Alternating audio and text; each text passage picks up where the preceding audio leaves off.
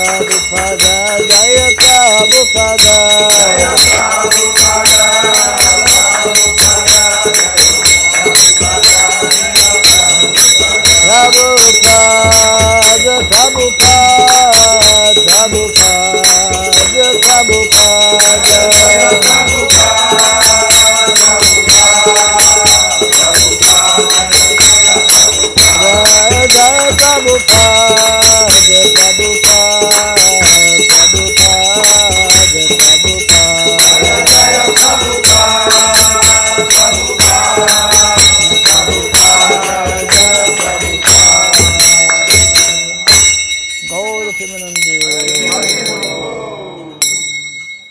Jayam Vishupad Paramahamsa Parivrajagacharya Stotra Satta Sri Srimad His Divine Grace Srila Bhai Charanarvinda Bhaktivedanta Swami Srila Prabhupada Ki Ananta Koti Vaishnava Vrinda Ki ISKCON BBT Founder Acharyas Divine Grace Srila Prabhupada Ki Namacharya Srila Haridas Thakur Ki Prem se kaho Shri Krishna Chaitanya Prabhu Nityananda Shri Advaita Gadadhara Shri Vasadi Gaura Bhakta Vrinda Ki Shri Shri Radha Krishna Gopa Gopinath Shamakunda Radha Kunda Giri Govardhana Ki Shri Vrindavan Mathura Dhama Ki Shri Dwarka Dhama Ki Shri Jagannath Puri Dhama Ki Shri Navadip Mayapur Dhama Ki Shri Mayapur Chandradev Mandir Ki Gangamayi Jumanamayi Ki Tulsi Devi Bhakti Devi Ki Harinam Sankirtan Ki Samaveta Bhakta Vrinda Ki Transcendental Book Distribution Ki Jai Sri Gaurnitai Ki Jai Sri Jagannath Baladev Subhadra Devi Ki Jai Sri Krishna Balarama Ki Jai Sri Giri Govardhana Ki Jai Sri Sri Radha Madhava Ki Jai Sri Sri Radha Govinda Ki Jai Nitai Gaura Premanande. All glories to the assembled devotees. All glories to the assembled devotees. All glories to the assembled devotees. All glories to Sri Guru and to Sri Gauranga. All glories to Sri Prabhupada Ki. Om Ajnanatimirandasya Gyananjana Shalakaya Taksuranmiritam Jena Tasmai Sri Gurave Namaha Sri Chaitanya Manobhistam Stapitam Jena Bhutale Swayam Rupa Kadamahyam Dadati Swapadantikam Vandeham Sri Guru Sri Juta Parakamalam Sri Gurun Vaisnavam Scha Sri Rupam Sagradatam Sahagana Raghunatan Vitam Tvam Sajivam Sadvaitam Savadutam Parijana Sahitam Krishna Chaitanya Devam Sri Radha Krishna Padam Sahagana Lalita Sri Vishakanditam Scha Hare Krishna Karuna Sindhu Dinabandhu Jagatpate Gopesha Gopika Kanta Radha Kanta Namostute Tapta Kansana Gaurangi Radhe Vrindavaneshwari Vrishabhanu Sutirivi Pranamami Hari Priye Vansakalpatarubhyasya Kripa Sindhu Vyayevacha Patitanam Pavanebhyo Vaisnavebhyo Namo Namaha Jaya Sri Krishna Chaitanya Prabhu Nityananda Sri Advaita Gadadhara Sivasadi Gaura Bhakta Vrinda Hare Krishna Krishna Krishna Hare Hare Hare Rama Rama Rama Hare Hare Om Namo Bhagavate Vasudevaya Om Namo Bhagavate Vasudevaya Om Namo Bhagavate Vasudevaya. Om Namo Bhagavate Vasudevaya. Om Namo Bhagavate Vasudevaya. Om Namo Bhagavate Vasudevaya. Om Sarabhyaya Namaha. Om Sarabhyaya Namaha. Om Sarabhyaya Namaha. Om Sarabhyaya Namaha. Om Sarabhyaya Namaha. Om Sarabhyaya Namaha. Mukam karoti vachalam pangam nagayate girim yat kripa tamaham bande Sri Gurum Dinataranam yat kripa tamaham bande Sri Gurum Dinataranam. Hare Krishna. Hare Krishna. Hare Krishna. Hare Krishna. Hare Krishna. Krishna Krishna. Krishna Krishna. Hare Hare. Hare Hare. Hare Rama. Hare Rama. Hare Rama. Hare Rama. Rama Rama. Rama Rama. Hare Hare. Hare Hare. Jai Srila Prabhupada ki. Jai.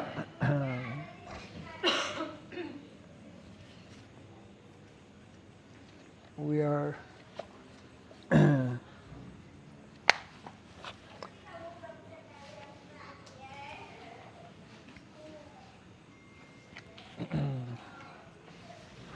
does this work?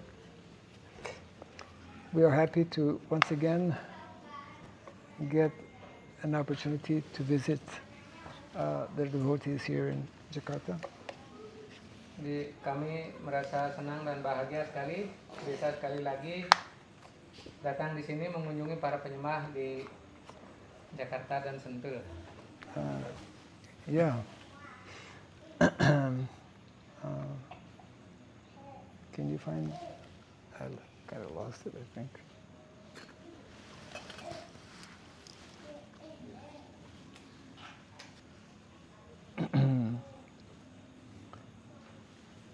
I see many, I should not say old faces, but known devotees, and then some new devotees are here as well. So we want to welcome everyone to the program this evening. Marat melihat banyak wajah-wajah yang sudah beliau kenal dengan baik, dan ada juga wajah-wajah baru yang beliau baru lihat. Dan beliau mengucapkan selamat datang kepada semuanya dalam acara malam ini. Yeah. We means we are three who are traveling since, I guess, 2 weeks, maybe, approximately. Prabhu Kishora, who needs no introduction. But we have one devotee who's visiting for the second time, actually, Indonesia, but many places for the first time, and he's hiding behind here. His name is Jaidev. You can put your hands up. Yeah. Kami bertiga telah mengadakan perjalanan di Indonesia mulai dari Bali, kurang lebih 2 minggu terakhir ini. Kemudian dari Bali menuju Lombok, Sulawesi, beberapa tempat, dan akhirnya ke sini, Sentul. Dan Maharaj bersama saya, dan ada satu tambahan lagi, Brahmachari, beliau dari Kazakhstan, Jayadewa Prabhu, yang sekarang hadir untuk kedua kalinya di Indonesia. Sini baru pertama kali ya? 2 kali. Oh, udah kedua kali. Ya. Yes. So as we travel around to different places, it's very inspiring to see devotees continuing practicing Krishna consciousness and introducing new people to Krishna consciousness also. Dan dalam perjalanan mengunjungi berbagai tempat, Maharaj sangat senang melihat penyembah tetap bersemangat dalam sadhu sangha dan latih pelayanan bakti. Ini sangat perlu dipertahankan dan juga dikembangkan. Yes, every country is different. We cannot perform or preach exactly in the same way in different countries, but whatever is possible, whenever the opportunity presents itself, we should try to bring people closer to Krishna consciousness. Situasi pengajaran di masing-masing negara itu berbeda. Ada yang lebih mudah, ada yang mengalami kesulitan. Tapi dalam berbagai keadaan kita hendaknya tetap menemukan cara bagaimana kita bisa tetap berkumpul dan mempraktekkan latihan bakti ini dengan cara yang baik. Yes, actually, we should try to understand how what our founder Acharya Srila Prabhupada has given us. It's a foundation for bringing more and more people to the understanding that is especially given in books like Bhagavad Gita and Srimad Bhagavatam. Kita harus mengerti bagaimana kehendak Srila Prabhupada agar bisa mengajak lebih banyak orang untuk mendapatkan ilmu pengetahuan sesuai dengan petunjuk dasar yang kita dapatkan dalam kitab suci Bhagavad Gita. Yes. This is a special month of December. We celebrated recently on the 1st of December what is known as Gita Jayanti, when Lord Krishna spoke Bhagavad Gita on the Battle of Kurukshetra.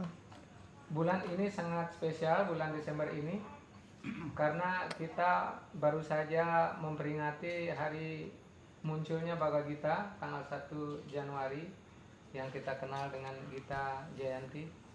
And we should try to understand how Bhagavad Gita remains the most important book of knowledge for all of us as devotees and actually for the whole of humanity.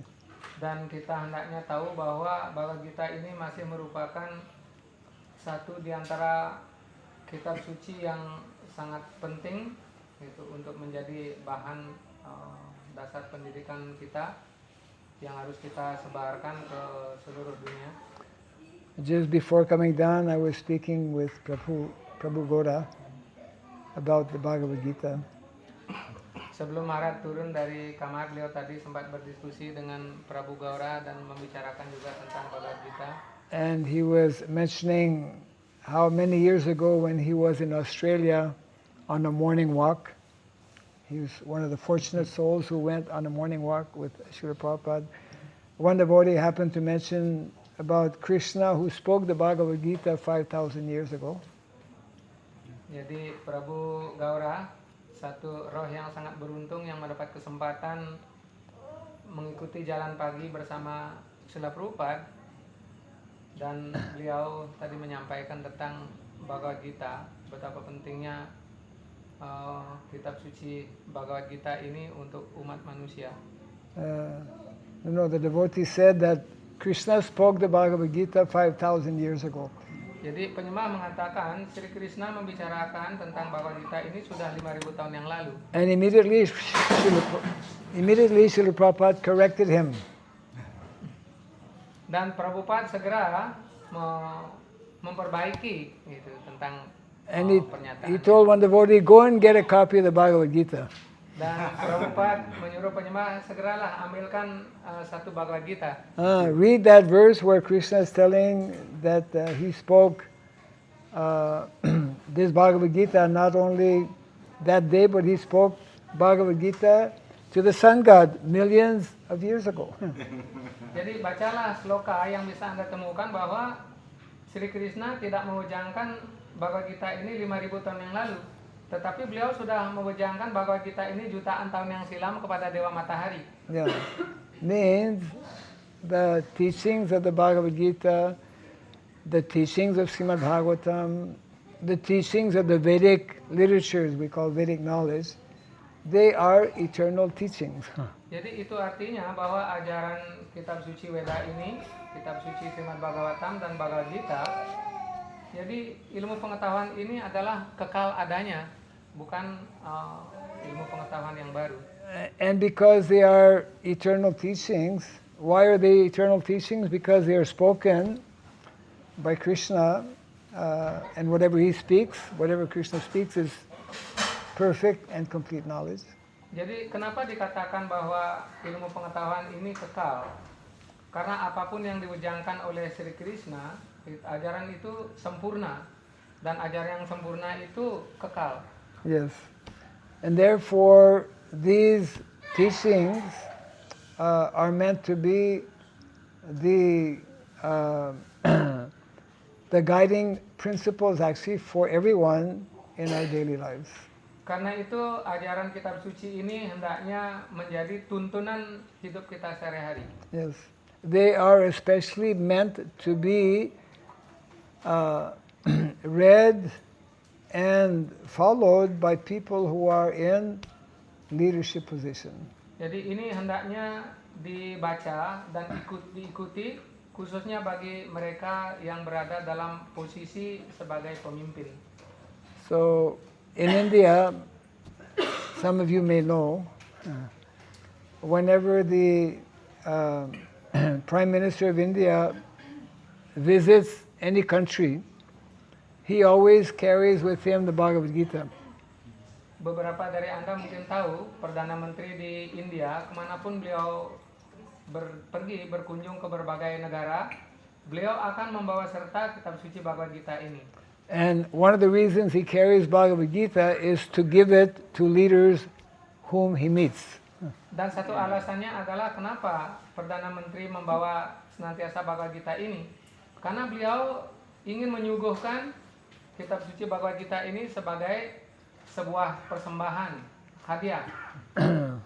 And we know how just a few days ago, President of Russia was visiting India, and some of you might have seen there's a picture presenting the Bhagavad Gita, but not any Bhagavad Gita. It was a Russian translation of the Bhagavad Gita, and if you look closely, it was Bhagavad Gita as it is. Dan beberapa hari yang lalu itu diberitakan Presiden Rusia Vladimir Putin itu berkunjung ke India, dan Perdana Menteri India Sri Narendra Modi memberikan hadiah kenang-kenangan kepada Presiden Rusia kitab suci Bhagavad Gita, dan bukan sembarang Bhagavad Gita, tetapi Bhagavad Gitanya adalah Bhagavad Gita menurut aslinya dengan versi bahasa Rusia. Yang hanya dimiliki oleh Srila Prabhupada. There is only one book that has the title Bhagavad Gita as it is. Dan hanya ada satu kitab suci Bhagavad Gita yang bertuliskan Bhagavad Gita as it is, menurut aslinya. Yeah. There are over, I think 50 years ago there were 700 translations of Bhagavad Gita, probably a lot more today. Sekitar 50 tahun yang lalu ada kurang lebih 700-an edisi Bhagavad Gita, mungkin sekarang sudah lebih banyak lagi. Yeah. So Srila Prabhupada would emphasize how this is very important. You know, he purposely added as it is to the Bhagavad Gita, to the title of the Bhagavad Gita, because most people are not receiving nor are they able to give the teachings of the Bhagavad Gita as it is. Yeah. Jadi Srila Prabhupada sangat menekankan pentingnya tentang kitab suci Bhagavad Gita ini, bahkan ketika beliau menerjemahkan dan mencetak ulang Bhagavad Gita ini, beliau memberikan titel atau judul Bhagavad Gita itu as it is. Karena kebanyakan orang tidak bisa mempresentasikan Bhagavad Gita ini sebagaimana mestinya. Yes. Karena tidak ada orang yang bisa menyampaikan, orang juga tidak dapat menerima pesan dari Bhagavad Gita as it is. Yes. So two things should actually happen if we properly read Bhagavad Gita as it is.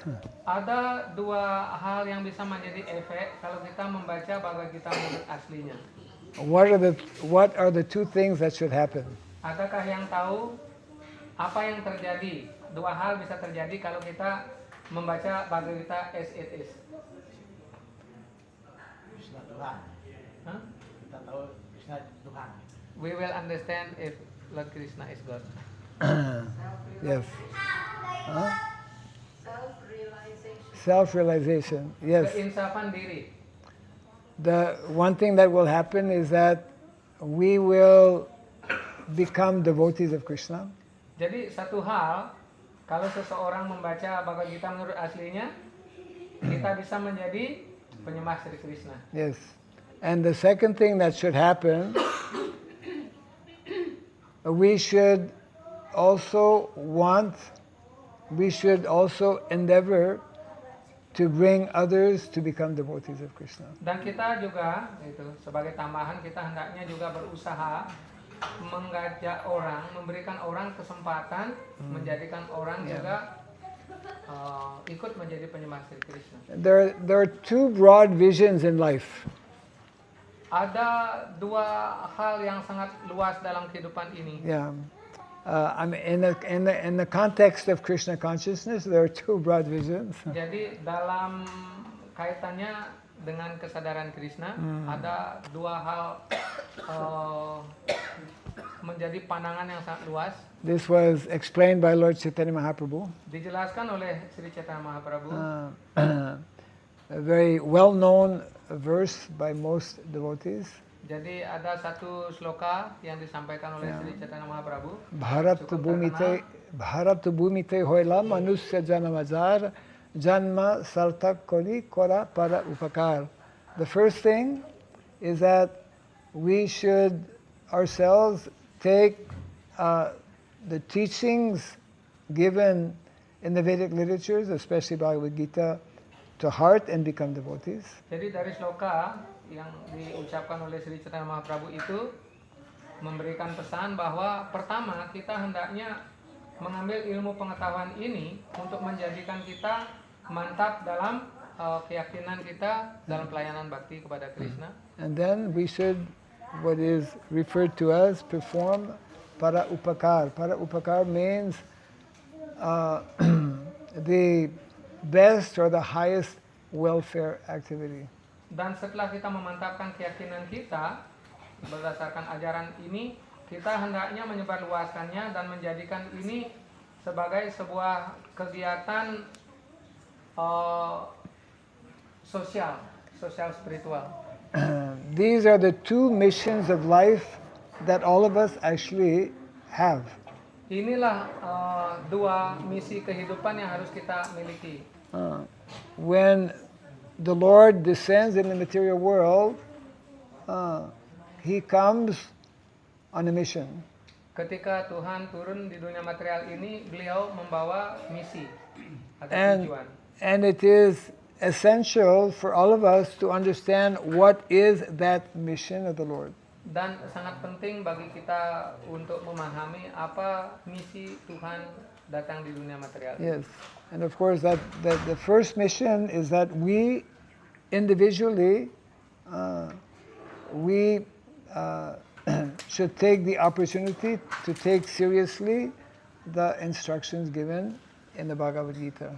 Bagi kita tentu saja kita harus memahami bahwa kita harus menerima misi daripada Bhagavad Gita ini untuk diri kita. And the more seriously we take those instructions from the Bhagavad Gita and other such literatures, then the more we will actually be able to understand what is the mission of Krishna.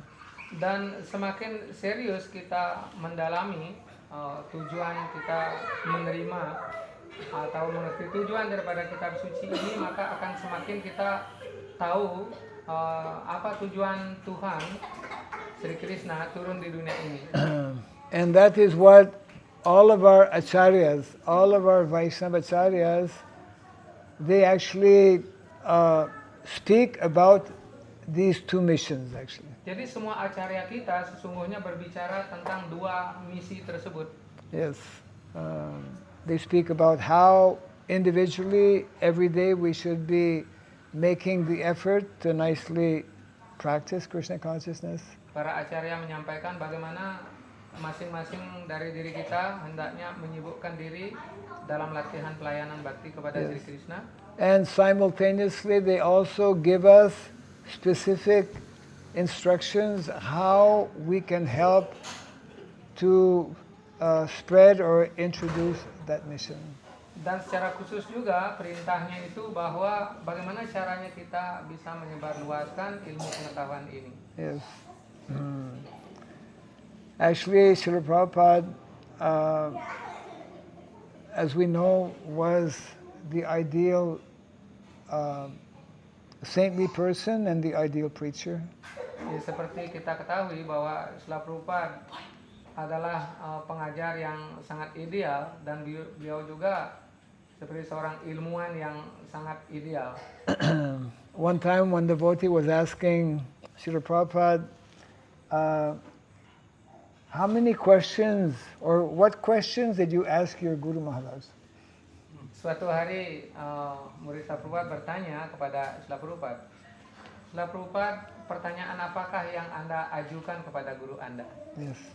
An interesting question to ask. What did you ask your Guru Maharaj? Jadi sangat penting, pertanyaan penting diajukan kepada Srila Prabhupada. Apa saja pertanyaan Srila Prabhupada kepada gurunya? So Prabhupada gave the following simple but very significant answer. Dan Srila Prabhupada memberikan jawaban yang sederhana namun sangat penting. So Prabhupada replied, I asked my Guru Maharaj only one question. Dan Srila Prabhupada menjelaskan pertanyaan beliau bahwa beliau hanya mengajukan satu pertanyaan saja kepada gurunya. And that question was, how can I serve you? Dan pertanyaan Srila Prabhupada kepada gurunya hanya satu dan sederhana. Beliau mengatakan, bagaimana cara saya bisa melayani Anda? Because actually the essence, what is the essence of dharma? Apa intisari daripada dharma itu? The essence of dharma actually is seva, service. Jadi intisari daripada dharma itu adalah sewa atau pelayanan. Yeah. So just like one purport we were reading recently, how there's so many people who are doing different kinds of service in the world. Dan Maharaj membaca satu penjelasan yang sangat menarik untuk disampaikan bahwa di seluruh dunia setiap orang melakukan berbagai jenis kegiatan. There are so many international organizations to help people economically in so many different ways. Ada banyak institusi atau organisasi yang memiliki tujuan untuk membantu masyarakat umum, apakah dalam bidang perkembangan ekonomi dan lainnya. There are national and international welfare organizations, social work organizations. Ada banyak juga organisasi kegiatan sosial untuk membantu masyarakat baik dalam tingkat nasional maupun internasional. But actually the best welfare activity, the best service that we can render to others and to ourselves must be in relation with Krishna consciousness. Namun sebuah pelayanan demi kesejahteraan umum yang terbaik itu terbaik untuk diri kita sendiri dan juga memberikan sajian terbaik kepada masyarakat umum adalah penyebaran nilai-nilai ajaran kitab suci. Yes, so that is why Srila Prabhupada, he, in a very humble mood, he would actually tell sometimes, actually, I'm not at all qualified. Srila Prabhupada pernah menyatakan meskipun beliau sudah melakukan segala hal yang terbaik, namun beliau masih menyatakan saya sesungguhnya belum bisa menyajikan hal yang ideal. If Prabhupada can make such kind of statement, where does that leave us? Kalau Srila Prabhupada menyatakan dirinya seperti itu, tempat kita di mana sekarang? But Prabhupada was actually feeling that way. I'm not at all, I don't consider myself very qualified. Simply, I took fully to heart the words of my Guru Maharaj. Jadi Srila Prabhupada menyatakan seperti itu, namun sesungguhnya beliau menjalankan perintah gurunya dengan sangat sepenuh hati. Prabhupada, he would explain to some of his disciples, I never really thought that I would write so many books. Srila Prabhupada pernah menjelaskan kepada beberapa murid terdekatnya bahwa beliau bilang, saya tidak pernah memikirkan kalau saya akan bisa menulis begitu banyak buku. I never really thought that I would travel so much in so many countries around the world. Beliau mengatakan, saya tidak pernah berpikir kalau saya akan bisa mengunjungi begitu banyak negara di seluruh dunia ini. During the first year that Srila Prabhupada was in America, he would sometimes go to the to the port actually to find out when is the next ship going back to India. He was thinking maybe I have to go back to India because nothing was happening. Jadi pada bulan pertama Srila Prabhupada berada di Amerika, jadi setiap kali sesungguhnya Srila Prabhupada pergi ke pelabuhan di mana beliau turun pertama kali dan mencari jadwal kapan kapal yang beliau tumpangi akan kembali ke India. Yeah. Artinya beliau sudah berpikir untuk kembali saja ke India. So there was one person working at the port who would see Prabhupada often come like this, and one day he asked him, you come so many times but you always go back. Jadi seseorang yang bekerja di pelabuhan yang memperhatikan gerak-gerik Srila Prabhupada menanyakan, Anda seringkali datang ke sini dengan tujuan untuk kembali ke India, tetapi Anda tidak pernah melakukannya. Dan setelah Anda datang ke sini, Anda kembali lagi ke tempat Anda. Yeah. So because Srila Prabhupada, we should try to understand, was coming with the highest transcendental knowledge, the most sublime, most esoteric understanding of Godhead. With that highest knowledge, he was coming to the most fallen and degraded place on the planet, New York Jadi City. setelah Prabhupada datang ke Amerika, beliau tidak ngosong. Beliau datang ke sana dengan ilmu pengetahuan yang beliau sudah insafi sedemikian rupa. Jadi beliau telah membawa ilmu pengetahuan yang sangat penuh pada dirinya. Yeah. So Prabhupada had full faith in two things especially. One, the chanting of the holy name. Srila Prabhupada memiliki keyakinan yang penuh terhadap dua hal khususnya.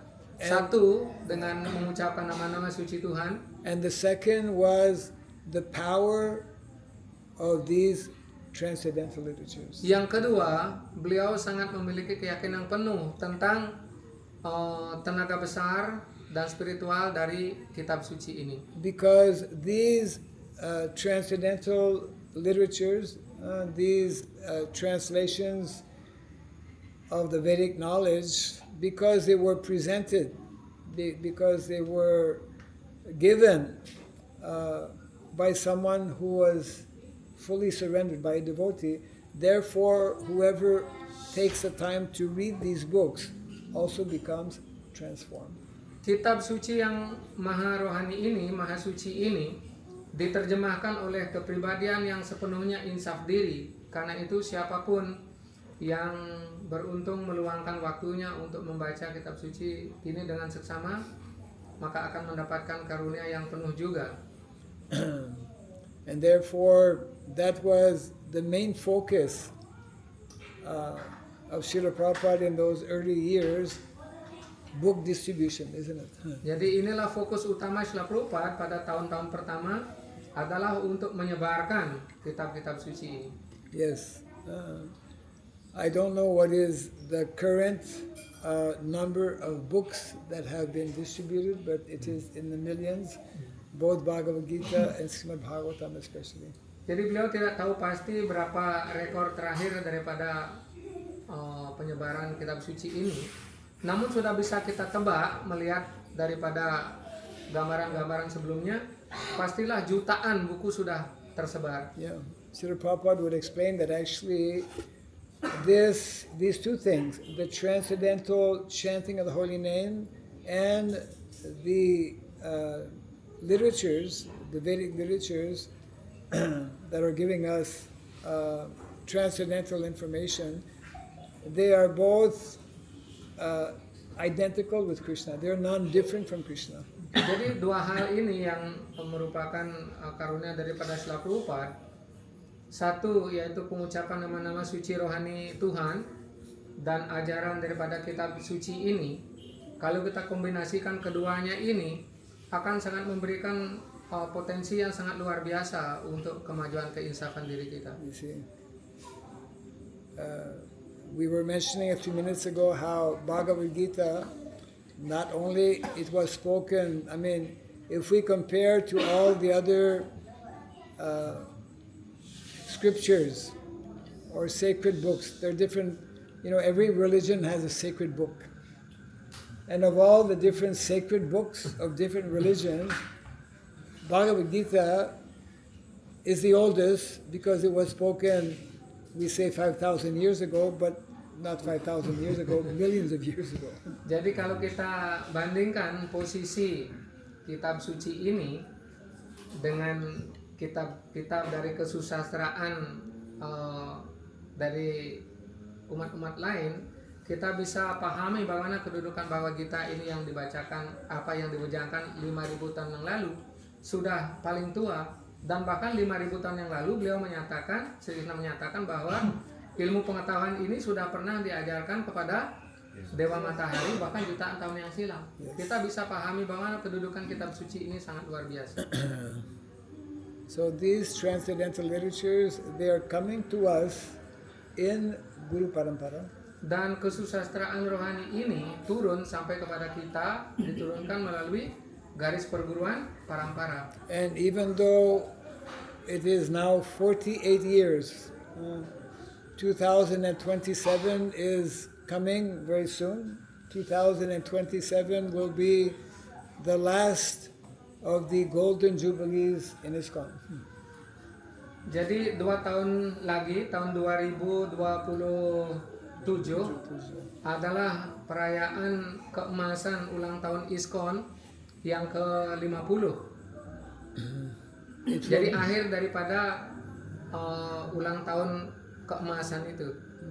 2027 will mark the 50th year of Srila Prabhupada's departure. Dan tahun 2027 nanti akan menjadi peringatan 50 tahun Srila Prabhupada berangkat dari dunia ini. Yeah. So the point I want to make is that since the last 48 years, although Srila Prabhupada is not physically present, his books continue to make devotees.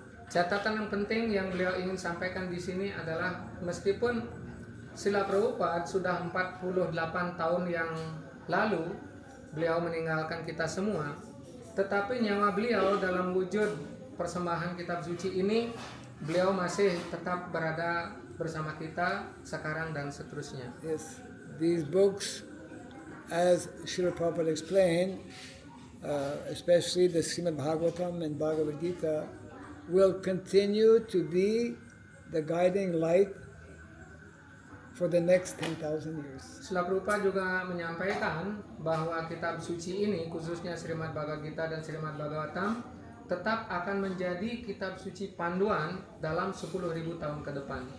We should try to understand that we are living in a very unique historical period. Kita harus tahu bahwa kita berada dalam era yang sangat unik. Yeah, this very special historical period coincides with Krishna's appearance, Mahaprabhu's appearance, and Srila Prabhupada's appearance, where these, for the first time, we could say in the recent history of mankind, Vedic knowledge is being spread very widely all over the world. Jadi era ini dipahami sangat bersejarah karena hanya terjadi sekali dalam sejarah penciptaan dunia, di mana munculnya Sri Krishna di dunia material ini bertepatan juga dengan munculnya Sri Chaitanya Mahaprabhu.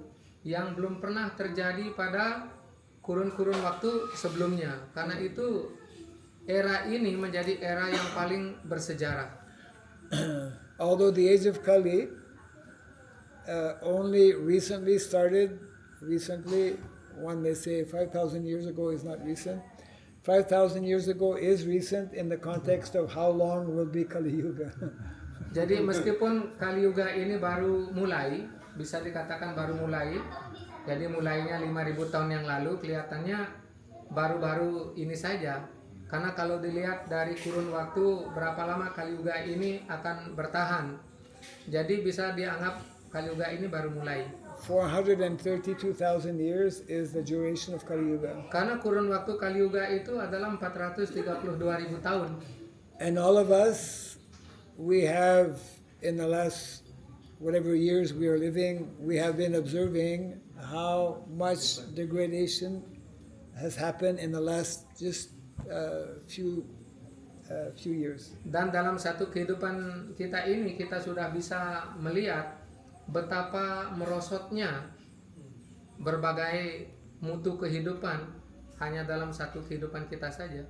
It is practically impossible for us to imagine how much more degraded it will become as the years pass. Hampir tidak bisa kita bayangkan betapa merosotnya dalam kurun waktu ke depan ini. Kalau dalam satu kehidupan kita ini sampai umur yang kita miliki sekarang saja, sudah bisa kita lihat berapa merosotnya kehidupan itu. So Srila Prabhupada actually was very much feeling that urgency to spread this message. Srila Prabhupada bisa merasakan betapa pentingnya, betapa mendesaknya untuk menyebarluaskan ilmu pengetahuan ini. Yes. Prabhupada gave many very important instructions. Srila Prabhupada memberikan banyak perintah yang penting. And he actually fully disclosed his vision of how to spread the mission of Lord Chaitanya Mahaprabhu. Dan beliau sudah mengungkapkan secara terbuka, terang benderang tentang misi daripada Sri Chaitanya Mahaprabhu. Srila Prabhupada wanted very much that this institution that he established, International Society for Krishna Consciousness, be instrumental in helping to re-establish Vedic culture. Jadi Srila Prabhupada memiliki keinginan besar bahwa institusi yang beliau bangun ini, yaitu Masyarakat Kesadaran Krishna Internasional, menjadi sebuah alat yang perkasa untuk menyebarkan ilmu pengetahuan ini. And of course, that means maybe something different for each and every one of us. Spreading or establishing Krishna consciousness means many things. Di antara kita semua mungkin memiliki pandangan atau pendapat yang berbeda tentang cara untuk menyebarkan ilmu kesadaran Krishna ini. But there is one aspect, I just want to spend a few minutes maybe speaking on this one aspect, which is a major instruction given by Srila Prabhupada. Tetapi ada satu aspek penting yang beliau ingin kemukakan di sini tentang apa yang sering Srila Prabhupada kemukakan dan belum banyak kita ketahui. Yeah, Srila Prabhupada warned us about becoming too much, we could say, dependent on modern day facilities. Srila Prabhupada menginginkan agar kita tidak terlalu banyak ketergantungan kepada produk-produk modern. He very much emphasized the need and the importance to live very simple life. Beliau sangat mendambakan, menginginkan agar kita, para penyembah dalam masyarakat kesadaran Krishna ini, menjalani kehidupan yang lebih sederhana. He wanted us to actually focus and be connected with essential features and aspects of the Vedic culture. Dan beliau menginginkan kita menjalani kehidupan sesuai dengan tuntunan kitab suci kebudayaan Weda. Yeah. Specifically, he wanted that because we are serving Krishna. Krishna, the Supreme Personality of Godhead, who is described as being the purest and most important of all personalities. He wanted that we offer what is best to him. Jadi Srila Prabhupada sangat menginginkan bahwa karena kita semua adalah penyembah Sri Krishna dan kita memuja Sri Krishna, beliau menginginkan agar kita mempersembahkan persembahan yang terbaik kepada pujaan kita Sri Krishna. Yes. Especially in the matter of offering every day as devotees, those who have deities in their homes, we offer food. Jadi khususnya kita sebagai penyembah, karena setiap hari kita akan mempersembahkan makanan kepada Sri Krishna. So we should want to offer what is the purest to Krishna. Karena Sri Krishna adalah yang paling suci, kita hendaknya mendambakan untuk mempersembahkan persembahan yang paling suci juga kepada beliau. Because actually our Vedic culture is very much based on this practice of living close to the land. Karena kebudayaan Weda ini berdasarkan kehidupan yang dekat dengan alam. Of living not only living close to the land means also living close to cows. Jadi hidup lebih dekat dengan alam atau dengan tanah juga artinya kita hidup lebih dekat dengan budaya perlindungan sapi. See, Vedic culture is based on this simple lifestyle that is daily and very closely, intimately connected with cows and land. Jadi kebudayaan Weda itu intinya adalah kehidupan sehari-hari yang sangat dekat dengan sapi dan tanah. And I know this is a difficult subject matter, especially for those who are not living close to cows and the land. Maharaj sangat memahami kondisi penyembah yang sampai saat ini tidak begitu dekat hubungan sehari-harinya dengan sapi dan tanah. Yes, but we should try to understand how this is what is called a recurring theme. Recurring theme means again and again we find it in so many purports of the Bhagavatam. Namun demikian kita hendaknya tetap harus memahami bahwa kitab suci ini mengajarkan atau tema yang ingin dikemukakan dalam setiap penjelasan kita akan menemukan bahwa tema inilah yang ingin disampaikan, pesan yang ingin disampaikan agar kita itu menjalani kehidupan yang lebih dekat dengan sapi dan tanah. Yeah, means we should know that this is in the context of Vedic culture, this is meant to be what is called the norm. Jadi menurut konteks kebudayaan Weda, kehidupan berdasarkan kebudayaan Weda, ini harus menjadi norma kehidupan kita. Yeah, this is meant to be the standard in terms of how majority of us are meant to live. Dan ini hendaknya menjadi standar kehidupan kita sebagai penyembah. So the more we are far away from that standard, that means we are far away from what is Vedic culture. Jadi semakin jauh kita membiarkan jarak ini terjadi, artinya kita semakin jauh dari menjalani kehidupan berdasarkan kebudayaan Weda. Not so long ago, maybe 50 years ago, 75 years ago, it was the standard and the norm in most countries that people were very closely connected with land. Jadi tidak begitu jauh dari kehidupan kita sekarang, kurang lebih 50 tahun yang lalu, masih ditemukan bahwa sesungguhnya kehidupan itu mereka lebih dekat dengan alam. Yes. Jadi masih sangat dekat dengan tanah dan sapi. Yes. So this is of course a very it's a very deep subject matter.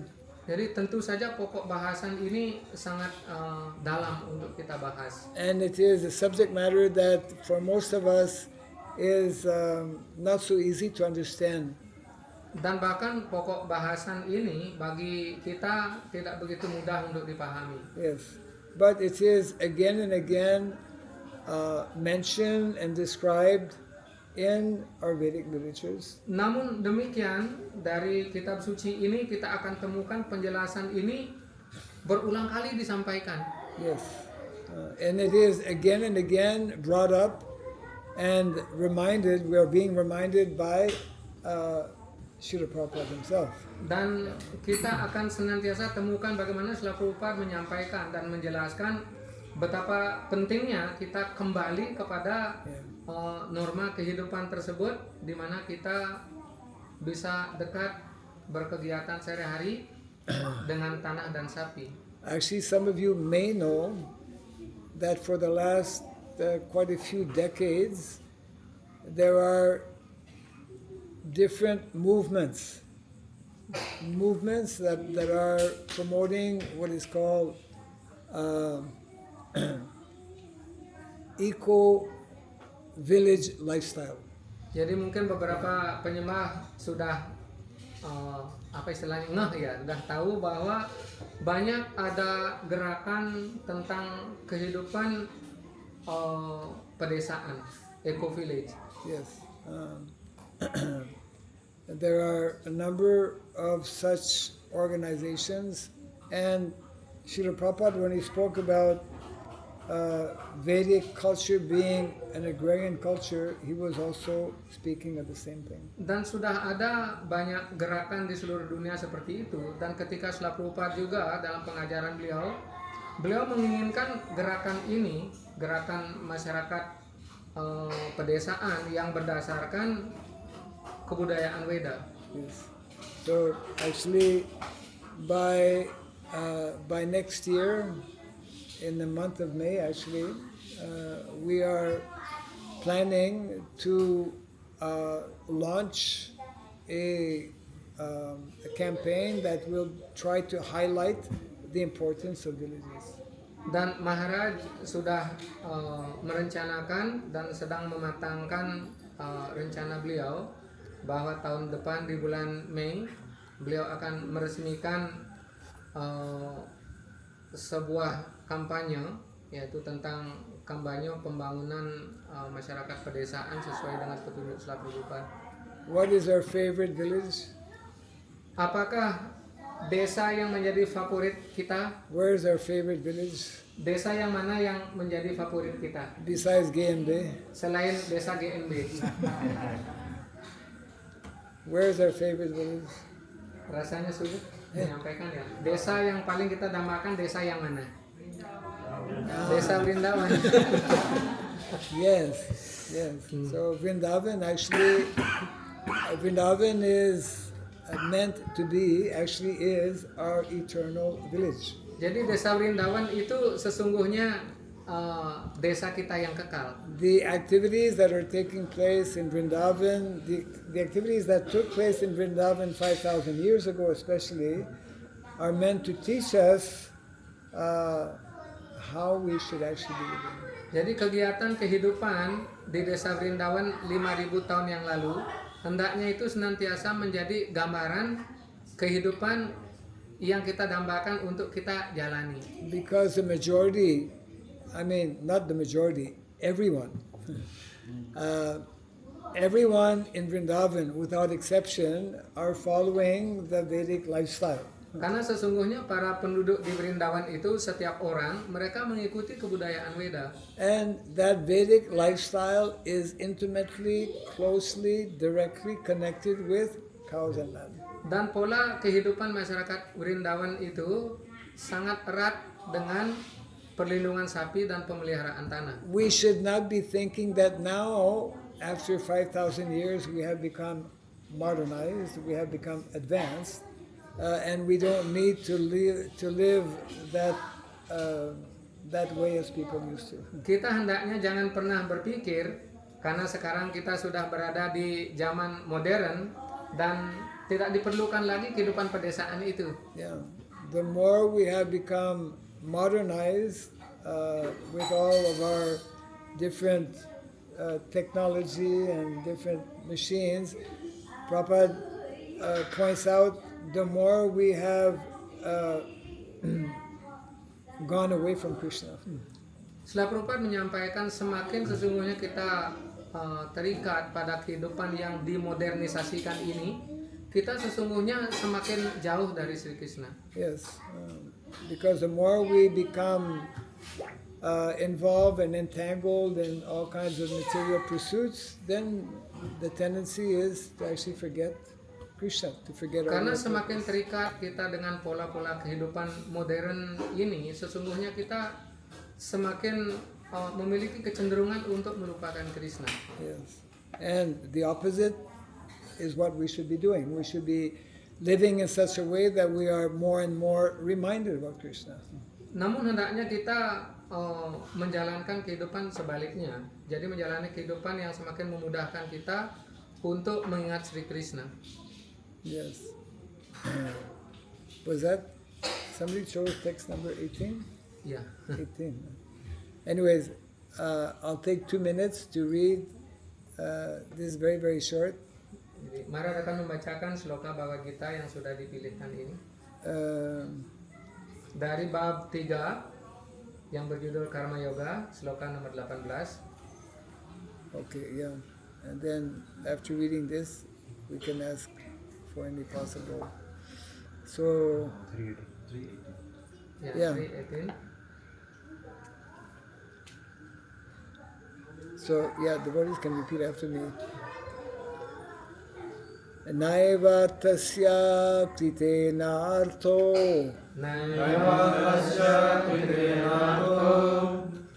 na kriteneha kaschana na chasya sarvabhuteshu kaschid artha vyapasrayaha. Translation and purport by His Divine Grace A.C. Bhaktivedanta Swami Srila Prabhupada Ki. A self-realized man has no purpose to fulfill in the discharge of his prescribed duties, nor has he any reason not to perform such work. Orang yang sudah insaf akan dirinya tidak mempunyai maksud untuk dipenuhi dalam pelaksanaan tugas-tugas kewajibannya, dan dia juga tidak mempunyai alasan untuk tidak melaksanakan pekerjaan seperti itu. Nor has he any need to depend on any other living being. Dia juga tidak perlu bergantung pada makhluk hidup manapun.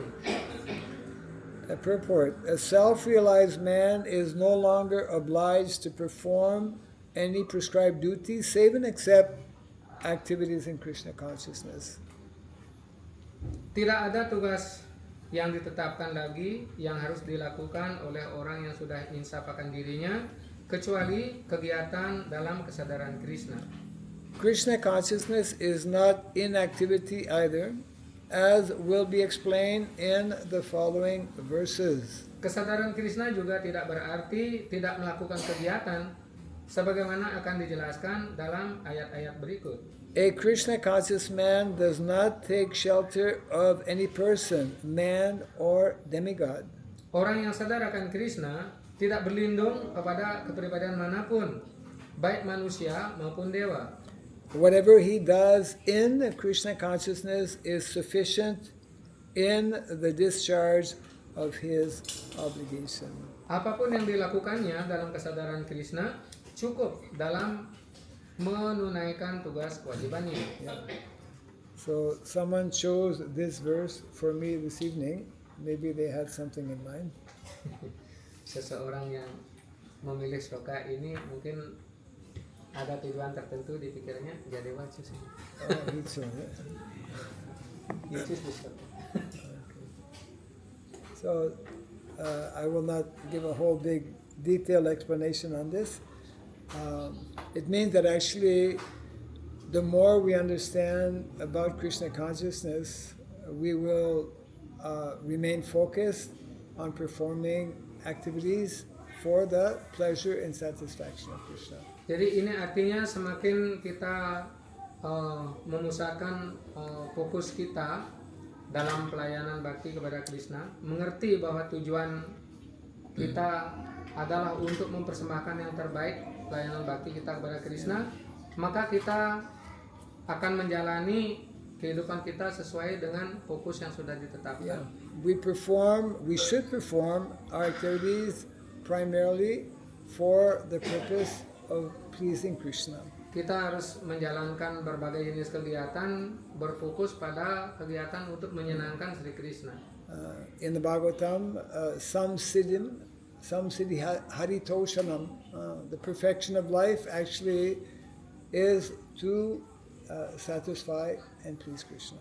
Sebagaimana dijelaskan dalam Srimad Bhagavatam, kita hendaknya hanya samsidir hari tosanam untuk memuaskan Sri Krishna saja. Yes. So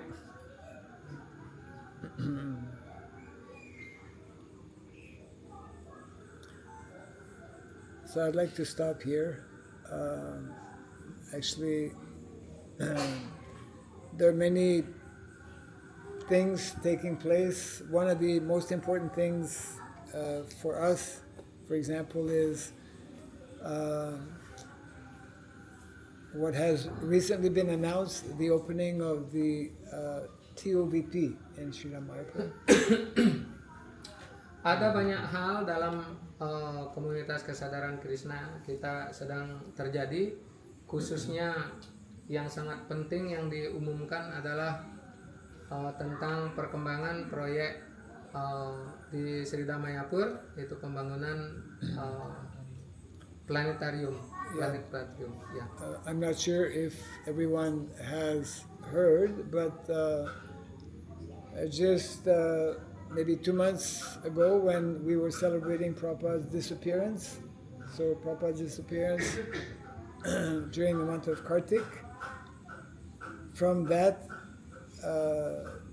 disappearance day to 2 years from now, means 2020, this 2027. So there's a 2-year period where devotees are on a marathon to complete the TOVP. Jadi 2 bulan yang lalu dicatat ketika penyembah memperingati hari berpulangnya Srila Prabhupada, dicanangkan bahwa 2 tahun ke depan diusahakan sebuah maraton dilakukan untuk bisa menyelesaikan pembangunan Temple Vedic Planetarium di Mayapur. Yes. So just 2 days ago, actually, they have released a video, a short documentary on the upcoming opening of the temple. Dan 2 hari yang lalu itu sudah dirilis sebuah video tentang kemajuan proyek tersebut dan jadwal pembukaannya. Of course, that is one of the very great efforts and endeavors to actually fulfill Srila Prabhupada's desire. Jadi ini adalah sebuah perjuangan besar untuk memenuhi keinginan Srila Prabhupada untuk mewujudkan Temple of Vedic Planetarium itu. Yes.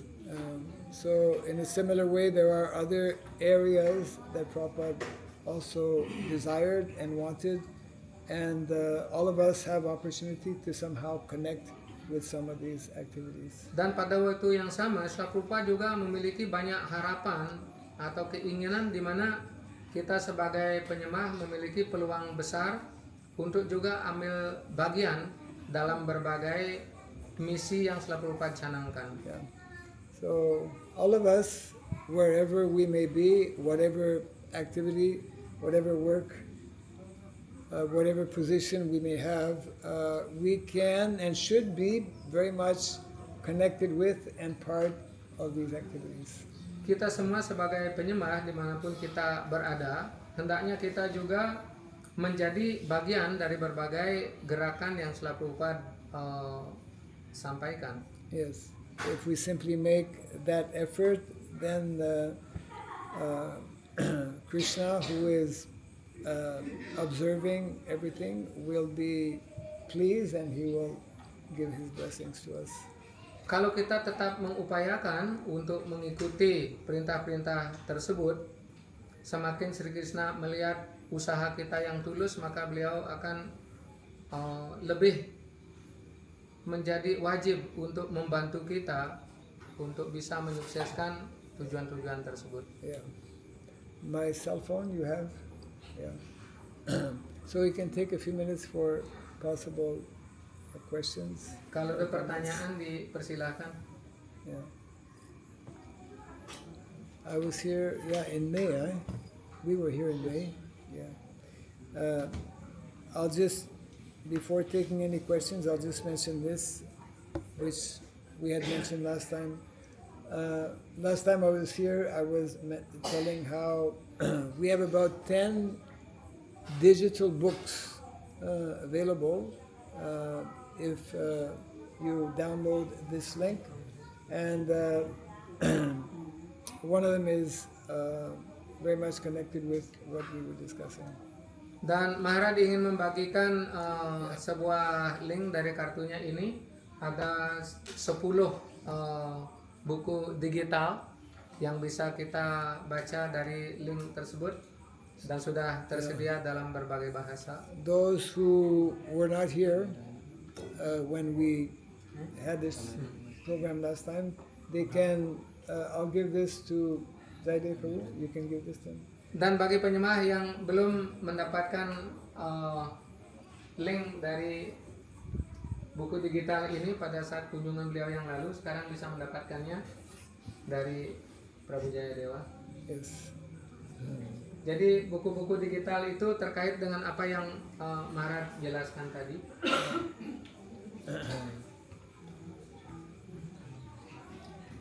Bisa berikan HP-nya dan bisa diberikan linknya. I was very happy today when taking prasadam to know that some of the items were actually coming from our devotees' gardens. Pada saat Maharaj dilayani prasad tadi, beliau sangat berbahagia mendengar penjelasan bahwa beberapa sayur-mayurnya yang dipersembahkan itu dihasilkan dari kebun penyembah sendiri. Yes. We should want to offer to Krishna what is actually grown by devotees. Kita hendaknya senang dan mengupayakan persembahan-persembahan kepada Sri Krishna yang kita persembahkan sehari-hari ini dihasilkan oleh para penyembah sendiri. Yes. We will in this way please Krishna, and also that food that we will honor will keep us more healthy. Jadi persembahan-persembahan alami yang kita hasilkan sendiri itu akan sangat menyenangkan Sri Krishna, dan pada akhirnya karena kita akan menerima hasil persembahan itu, maka kita akan tentu menjadi lebih sehat. Yeah.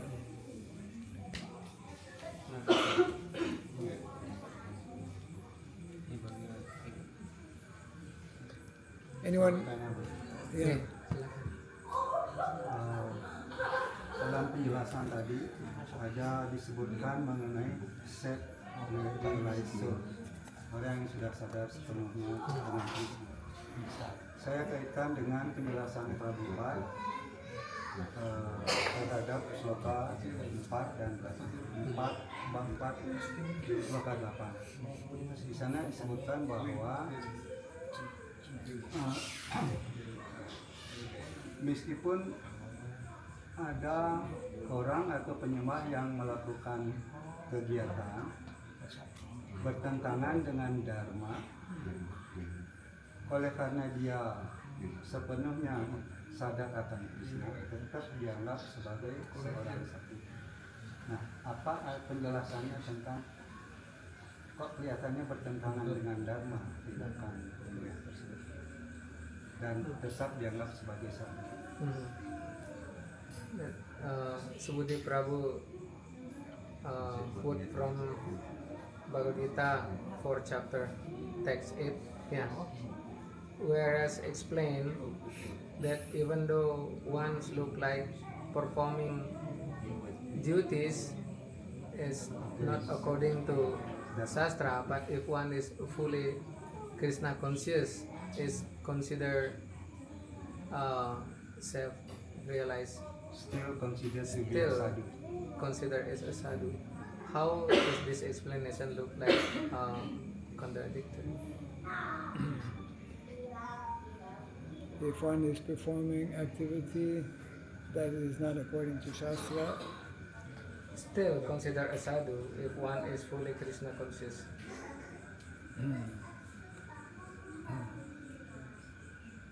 yes, The worst is their activities seemingly against Dharma, which Dharma is in that purport meaning. do you have that report maybe? Keempat ayat surat 8 Iya. dalam awal-awal penjelasan sila Prabhupada disebutkan seperti itu. Yeah.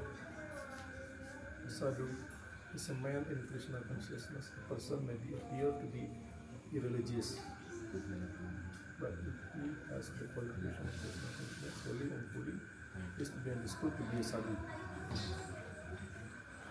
Di penjelasannya, Itu penjelasannya. iya, di penjelasannya.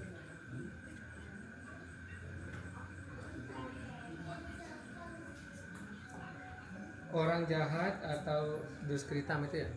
Iya. Orang jahat atau duskritam diuraikan sebagai orang bodoh dan manusia yang paling rendah. Walaupun mungkin mereka menyandang pendidikan duniawi, sedangkan orang lain yang 100% tekun dalam kesadaran Krishna diakui sebagai sadhu. Meskipun mungkin ia belum berpengetahuan dan belum mempunyai kebudayaan yang tinggi. Itu yang perlu maksudnya. Chapter 4, huh? Ya, chapter 4, 8. sloka number 8, purport. The purport. Where in the purport, beginning, middle, or end? In the beginning, or The beginning, yes. like the second line or the 10th Oh line? iya, yang second. In the first paragraph. Yes, part Iya. According to Bhagavad Gita, a sadhu holy man is a man in Krishna consciousness. A person may appear to be irreligious. Yeah, correct.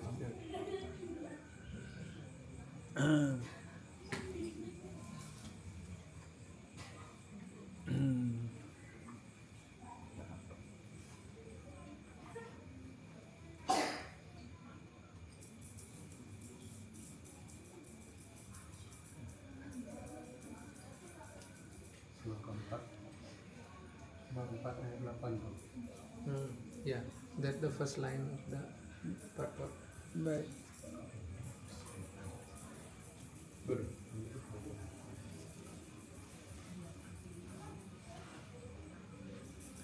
Just like it is said that if we see Nityananda Prabhu going into a bar, we should not think that he's going there to drink. Saintly persons usually don't go to bars.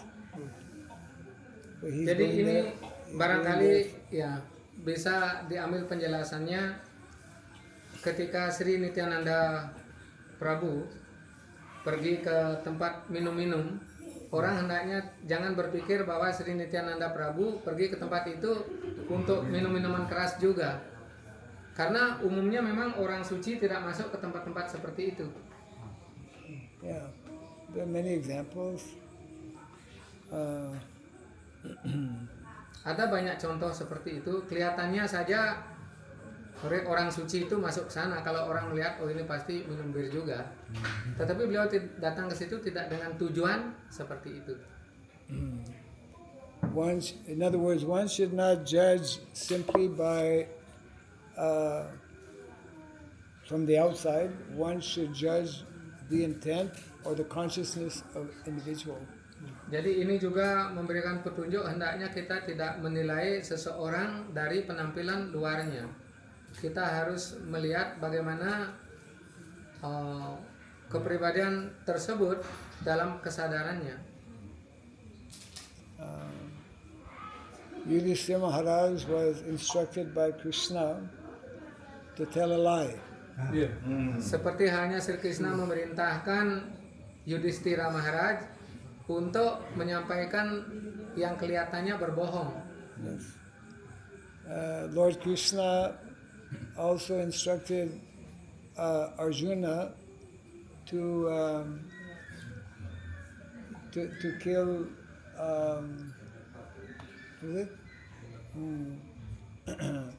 Who had fallen from his chariot. I mean, Karna. yeah, Karna. Karna was not actually supposed. I mean, he was fixing the wheel of his chariot, Yeah. but Krishna, so normally Arjuna should not have, but because he was told by Krishna. Jadi seperti kisah Arjuna yang diperintahkan untuk membunuh Karna oleh Sri Krishna, padahal Karna sesungguhnya sedang turun dari kereta untuk memperbaiki roda keretanya yang rusak, dan tidak semestinya dalam aturan perang itu Arjuna membunuh Karna, tetapi karena Sri Krishna yang memerintahkan dilakukan oleh Arjuna. Why? Because actually the Duryodhana and party were not following the principles of dharma. Jadi karena juga tidak mengikuti prinsip-prinsip dharma.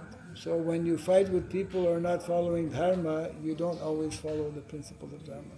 Jadi kalau kita berperang melawan orang yang tidak mengikuti dharma, jadi kita juga boleh memperlakukan orang itu tanpa mengikuti dharma. Within the social structure of an asrama, different varnas, different duties are prescribed to different individuals. Jadi dalam struktur Varnasrama Dharma, berbagai dharma seseorang itu berbeda. But if one performs activities in Krishna consciousness, this is above different, let's say, material duties that we may have. Jadi kalau seseorang melaksanakan sebuah kegiatan berdasarkan kesadaran Krishna, jadi meskipun kelihatannya menurut susunan sosialnya tidak sesuai dengan dharmanya, tetapi itu bukan berarti seseorang melanggar dharma. I mean, just consider Lord Chaitanya Mahaprabhu. Lord Chaitanya, he was a householder, a young man, 24 years of age, and his young wife, she was only 16. His father had already passed away, and he only had his elder mother. He left them. Jadi seperti Sri Chaitanya Mahaprabhu, This is considered, this is considered irreligious, not giving protection. One may say, not giving protection to his mother and his wife. jadi seperti kisah Sri Chaitanya Mahaprabhu, beliau berumur 24 tahun dan istrinya masih muda berumur 16 tahun, dan ayahnya sudah berpulang, ayah Sri Chaitanya Mahaprabhu. Semestinya kalau menurut aturan dharma, Sri Chaitanya Mahaprabhu harus memberi perlindungan kepada istrinya. Tetapi sekarang Sri Chaitanya Mahaprabhu meninggalkan istrinya dan ambil sannyas. Yeah. So there are different examples like this where one doesn't follow necessarily what is prescribed, but for higher purpose of Krishna consciousness. Jadi ada banyak contoh seperti itu. Seseorang boleh meninggalkan apa yang dianggap aturan menurut kitab suci kalau seseorang menjalankan kegiatan itu dengan tujuan yang lebih tinggi. Jadi seseorang sesungguhnya tidak melanggar dharma. Yeah. But that has to be done in proper. I mean, that doesn't mean that we don't follow any rules and regulations. Tapi tentunya ini harus dilakukan sedemikian rupa, khususnya boleh dilakukan berdasarkan tuntunan dari otoritas yang lebih tinggi. Bukan berarti kita semena-mena bisa melaksanakan kegiatan yang melanggar kitab suci dan menganggap bahwa kita melakukan tugas yang lebih penting. Nityananda Prabhu is described as Avadut. Sri Nityananda Prabhu, beliau adalah seorang awaduta. He would do things that are not considered proper. Beliau akan melakukan banyak kegiatan yang menurut pandangan umum tidak cocok. atau tidak pantas. Yeah. But we should not and cannot imitate such person. Namun bagi kita secara umum tidak bisa meniru perbuatan-perbuatan yang dilakukan oleh kepribadian-kepribadian besar seperti itu. That does not mean that we condone or encourage sinful activities. Jadi karena itu tidak bisa kita menganjurkan orang melakukan perbuatan yang sama yang bisa melanggar aturan kitab suci. Yeah. But in the Shastra it explains that when one fully surrenders to Krishna consciousness, he has no longer any social or family or national, political, whatever obligations. Jadi kitab suci menjelaskan kalau seseorang sudah sepenuhnya sadar Krishna dan bertindak seperti itu, mereka tidak memiliki lagi kewajiban atau tugas kewajiban yang diatur bahkan dalam kitab suci sekalipun. And unless one is fully surrendered, then he must follow all of these different obligations. Kalau seseorang belum sepenuhnya berserah diri kepada Sri Krishna, mereka tetap harus mengikuti aturan kitab suci.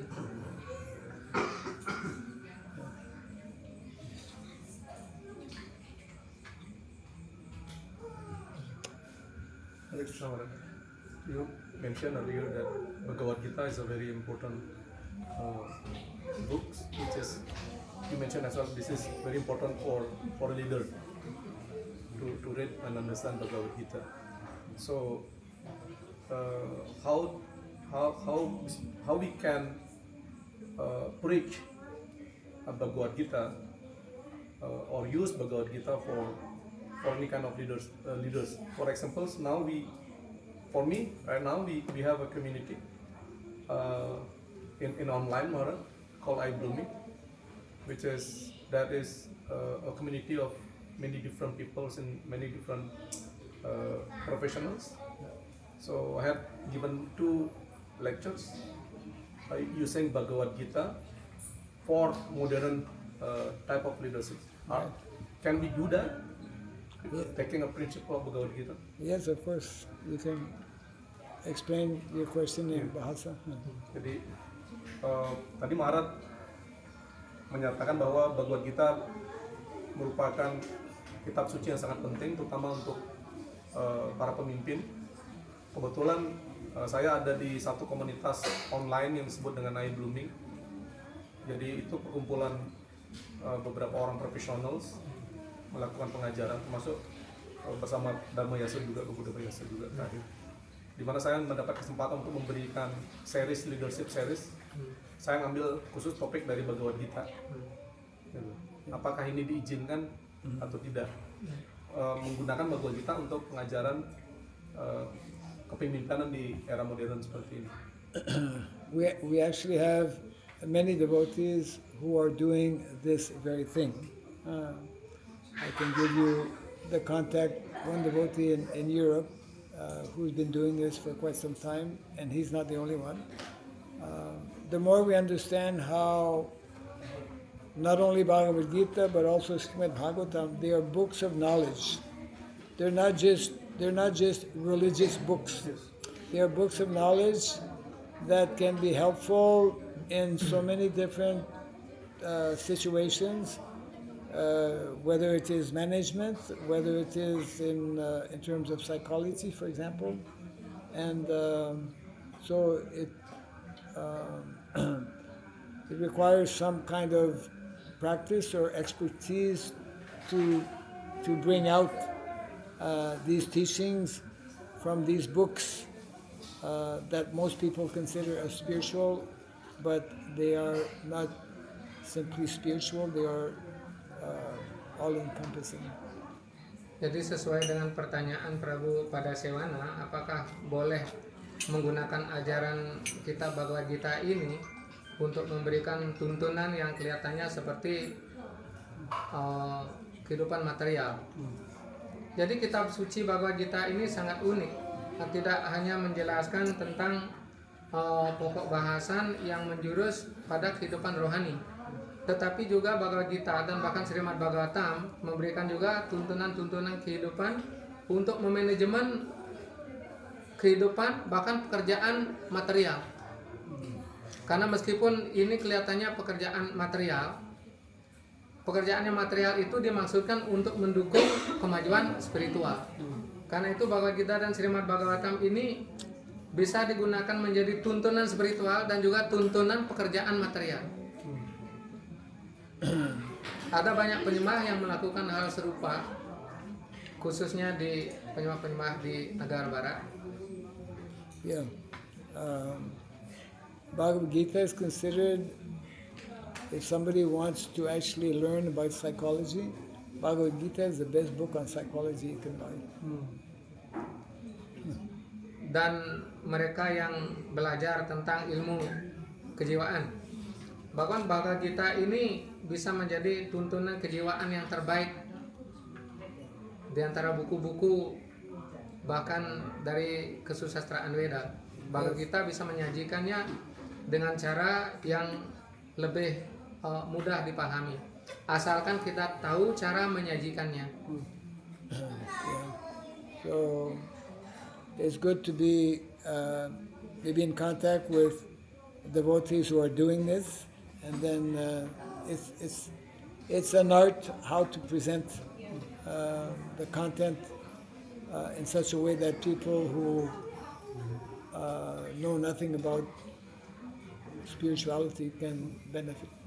Dan bahkan sekarang bisa lebih mudah kita mendapatkan panduannya karena sudah ada banyak penyembah yang mempresentasikannya, dan informasinya bahkan kita bisa sudah dapatkan dari media-media YouTube. Yeah, just as Prabhupada, he would often make the point, I did not teach my disciples that Bhagavad Gita is a Hindu book. I did not teach my students that Krishna is a Hindu god. Krishna is not a Hindu god, and Bhagavad Gita is not only for the Hindus. Actually, the word Hindu does not even exist in the Shastra, isn't it? Yeah. Bhagavad Gita is a book of knowledge. It is an eternal book of knowledge, which can be beneficial to anyone of any denomination. Setelah Prabhupada menyampaikan tentang Bhagavad Gita ini, betapa pentingnya Bhagavad Gita itu, bahwa bahkan Bhagavad Gita ini tidak hanya dimaksudkan untuk mereka umat Hindu saja, karena Bhagavad Gita ini bukan umatnya umat Hindu. Bhagavad Gita ini universal. Bhagavad Gita ini bisa diajarkan kepada berbagai golongan umat manusia, karena ilmu pengetahuan Bhagavad Gita ini adalah pengetahuan. Ilmu pengetahuan itu untuk setiap orang, jadi tidak terbatas hanya untuk golongan umat tertentu. Itu intinya. Yeah, there was one in India, in one of the states, I think Madhya Pradesh, maybe 2 years ago, the chief minister of the state, he passed one law whereby in all the schools in the state, Bhagavad Gita will be taught. Regardless if you're Christian or Hindu or Muslim, it's a book of knowledge that everyone should learn. Dan beberapa waktu yang lalu, Kepala Negara bagian Madhya Pradesh mengeluarkan sebuah perintah bahwa Bhagavad Gita ini wajib diajarkan sebagai sebuah buku ilmu pengetahuan, apapun agamanya, Bhagavad Gita ini tetap diajarkan. Yeah. So that understanding we need to have very clearly. All of the Vedas, Veda means book of knowledge. It's not a Hindu book of knowledge, or it's a book of knowledge for everyone. Just like the science, medical science is for everyone. We don't differentiate because you're Hindu or Christian. Jadi karena itu kesusastraan Veda ini adalah kesusastraan untuk seluruh umat manusia. Karena ilmu pengetahuannya ini bisa diterapkan kepada umat yang mana saja. Seperti contohnya ilmu tentang pengobatan, obat itu diperlukan oleh siapa saja, apapun latar belakangnya. Yeah, so that is good. Yeah. Karena itu sangat bagus Bhagavad Gita dan Srimad Bhagavatam ini menjadi panduan bagi kepemimpinan, bagi seorang pemimpin. Apakah pemimpin di perusahaan ataupun di rumah tangga? Yeah, right. Any other? Ada lagi?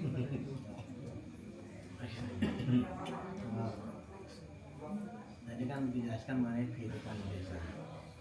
Kehidupan di desa itu memang sangat-sangat menyenangkan dan membahagiakan. Cuma sekarang permasalahannya itu pemimpin-pemimpin kita itu pemimpin negara, presiden apa itu, mereka orientasinya itu tidak lagi ke pedesaan, orientasinya justru ke industri.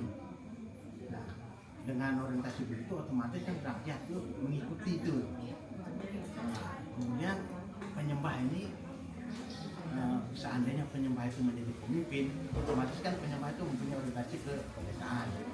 Nah, sekarang permasalahannya penyembah itu kalau bisa itu tidak boleh menjadi pemimpin atau tidak boleh terjun politik. Nah, sedangkan untuk menjadi pemimpin harus menjadi politik dulu lah. Nah, bagaimana ini tuh supaya Speak about village life, of course it is very interesting. But now if our leader orientation is not village life, so the citizen is also following the leader's rule.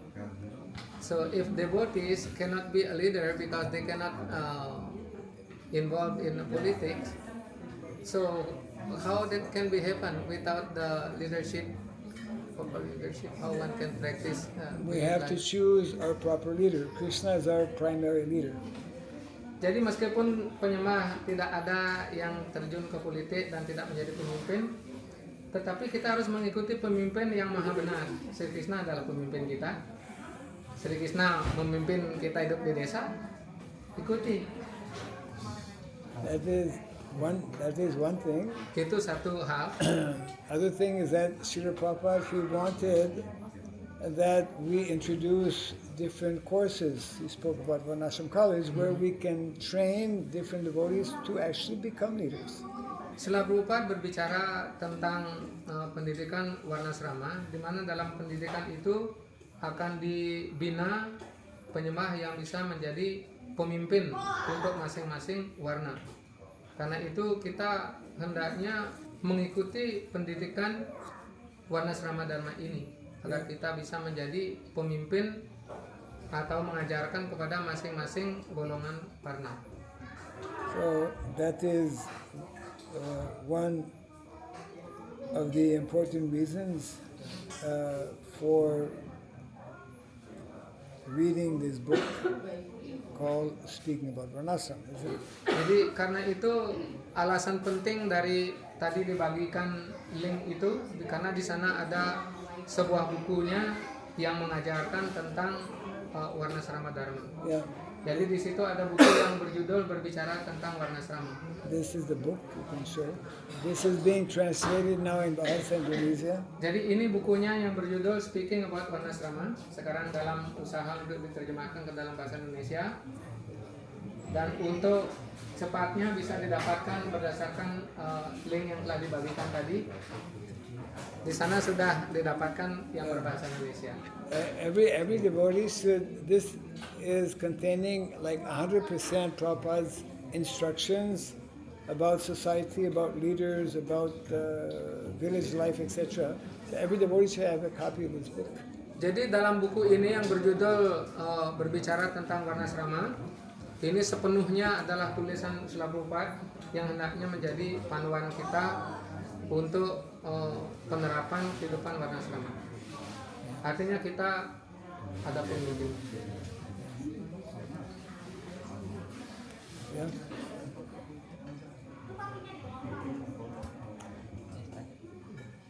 Ada lagi? Enggak, ini sudah jam. Okay. Jai Srila Prabhupada ki Jai. Samasta Gaur Bhakta Vrinda ki Jai. Gaur Premanand ki Hari-hari Hari Bo.